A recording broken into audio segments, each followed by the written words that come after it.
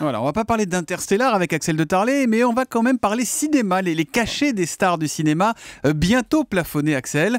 En tout cas, le CNC, l'organisme public qui finance le cinéma français, refusera désormais de donner des sous pour des films dont les stars sont trop payées. Voilà, et le plafond a été fixé à 1 million d'euros. Si dans un film, un acteur touche plus d'1 million d'euros, eh bien ce film ne pourra plus bénéficier de subventions. Le CNC, donc c'est le Centre national du cinéma, veut mettre fin à cette dérive d'un cinéma à deux vitesses, avec d'un côté des petites mains payées au lance-pierre et de l'autre des stars toujours mieux payées, comme des stars américaines maintenant. Le journal du dimanche a révélé que... C'est un peu illusoire quand même d'en mettre fin au système à deux vitesses.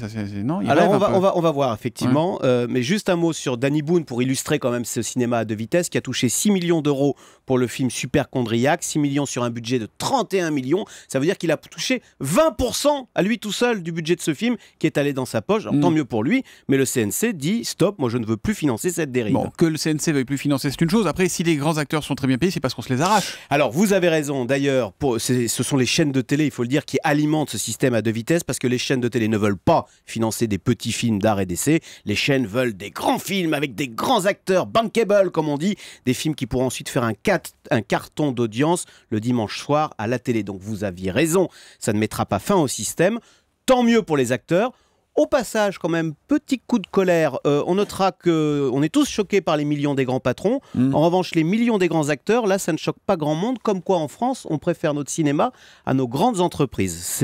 Je referme la parenthèse. Néanmoins, avouez... Privé de popcorn, votre prochaine séance, je vous préviens. Oui, mais dans le cinéma, avouez que c'était quand même délirant. C'est qu'en plus, ce système de millions était alimenté par de l'argent public. Sur les 2 dernières années, les sommes du CNC, donc de l'argent public alloué à ces têtes d'affiche, avaient augmenté de 30%. Donc il était temps qu'on dise stop, ça suffit. Le CNC qui alimente aussi beaucoup de reportages à la télévision, qui fait vivre beaucoup de boîtes de prod.